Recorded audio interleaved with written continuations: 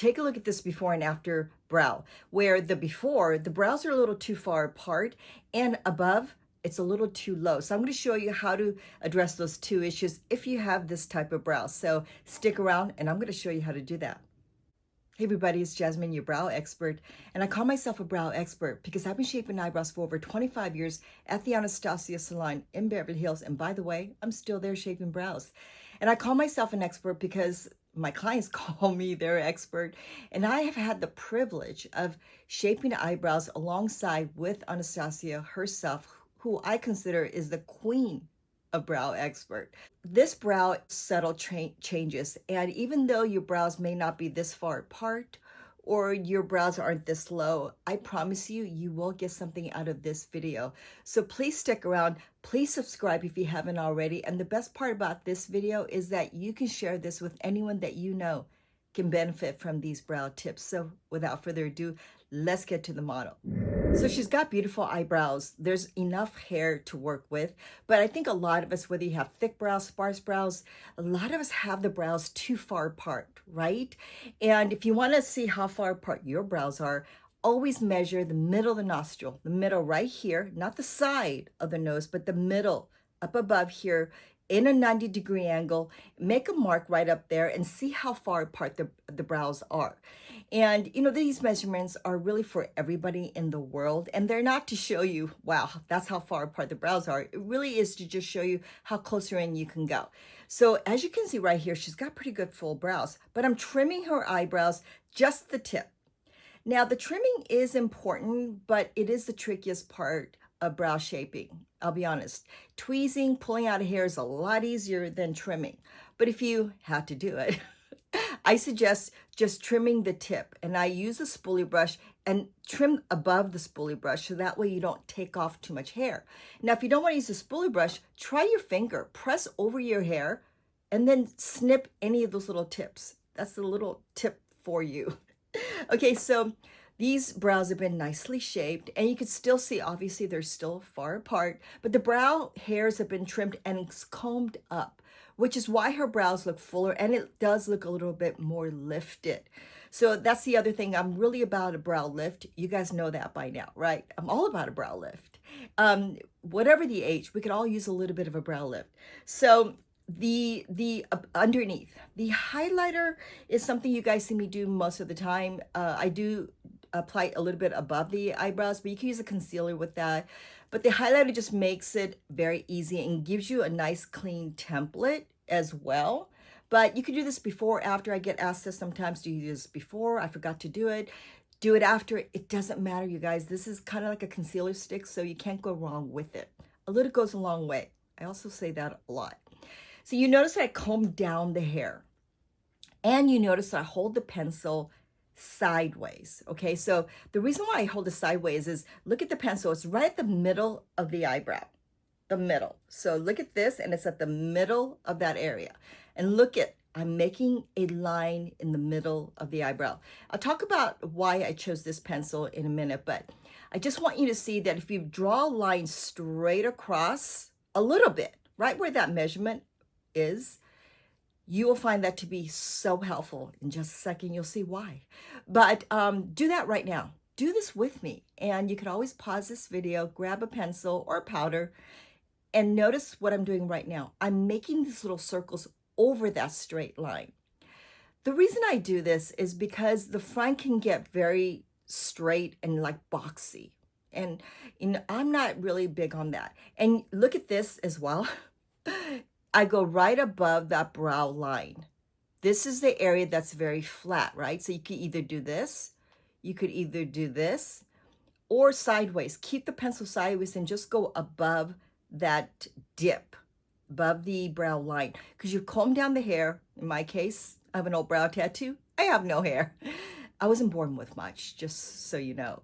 So you comb down the hair and you just draw the line pocket, and notice right here I am combing it through. You want to blend the color inside your eyebrows, especially if you use a pencil, because when you use a pencil, that color could stay just right at that spot. So when you make that line, you pull it down by spooling, blending it down, you're really pushing the color inside. So let's do this again. The other side, if you're right-handed, hold the pencil this way. If you could be ambidextrous, you're really in a better place. But I like to hold the pencil like this. You could also hold it like this, but it gets a little bit more difficult. Hold it like what I'm showing you with my hand. And again, just straight across. The reason why I lay it down as opposed to like doing this, you put too much tension in the pencil. It just gets too dark. When you hold the pencil sideways and lay it on your eyebrow, you don't put as much pressure. So do it this way. Now, if you find yourself light-handed, do it like this and just draw that line because you're right-handed, you're doing your left eyebrow. Again, these little circles. Do these circles with light tension so that way you get enough color. And look at this, it's going above the brow line. Now, I didn't put any color down below. She doesn't need any. And I've left as much hair as possible, even though she can do with a little bit of a higher arch. It's really about raising the eyebrows and keeping it full as possible. And it just kind of fits her face. Every brow does not have to have this high arch. It has to fit your face, right? And as natural as possible. So again, just right above that area right here, and then I'm combing it up and down. Now I froze this area just to show you how much higher I did go. That gap is very important. So when you comb down the hair, you can feel extra color inside that gap. But when the hairs are raised up, again, that's why the trimming, I went over a little bit. So the brush, very important. When you smooth it out with the highlighter, go above. This is the time when you adjust. If you go too high up, meaning like if you put too much color above your eyebrows and you're like, well, this looks kind of funny, it's too high. That's when you use this brush to just kind of smooth it out. Don't worry about flattening it too much. By just lowering this, and make sure you look at yourself. Don't just focus on one eyebrow only. Here's the other very important part. Now, I find that I add a little bit extra color if you feel like you need it. I find that a lot of my clients forget or just don't bother with the brow gel. They have one at home. The brow gel or brow freeze gel, it's so important, especially in this case, when your brows are low, when the brows are heavy and flat. This will keep the hair up, you guys. Just apply a small amount. If you find your brows to be too clumpy or it just gets too thick, put it on and then go over with a spoolie just a little bit. This will keep the hair up. It keeps the brows looking full. And it keeps the pencil on a little bit longer. But the important thing is it's kind of like a comb over, if you will. I often use that term.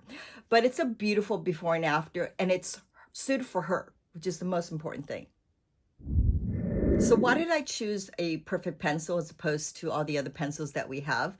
You might be using the one that you roll out. It's retractable, it's skinnier at the tip, or it's wider. You like the convenience of rolling out the pencil as opposed to sharpening. Now, these are all great different types of pencils. And I have a video, by the way, that you can scroll down on my main page that talks about the different types of pencils and the pros and cons. But I like this pencil because it's really easy to practice with. It gives it more of a natural look. All pencils are made out of wax in order to make it the pencil, right? So depending on how dry or oily your skin is, yeah, it doesn't last as long as like a pomade or a tinted gel. But if you get used to doing the front and you feel like it's much easier using the pencil, which it can be, dab a little bit of powder or a brow powder over it to make it look more powdery. But that's another reason why I like this pencil. It gives it more of a powdery look as opposed to a dark waxy pencil look. But it's a great pencil to learn as well without looking like it's too much. So try this pencil out. It is our original pencil. It used to be actually called Universal Pencil. Those of you that have been with the salon or you've used the Anastasia products for many, many years, you know what I'm talking about. But the original one sometimes is the basic one, could always be sometimes the best, right? So try this out if you haven't already. And it lasts for quite a while. There's a lot of pencil in here. So try it out. I know that you'll like this, and you could always use a powder over that. So let me know. Let me know if you've tried this technique where you made that line in the middle and made these little circles, and see if that has helped you make it look as natural as possible. Please subscribe if you haven't already. Give me a like if you like this video and if you found it to be useful. And let me know if you've shared this with someone. But until then, I will see you guys next week.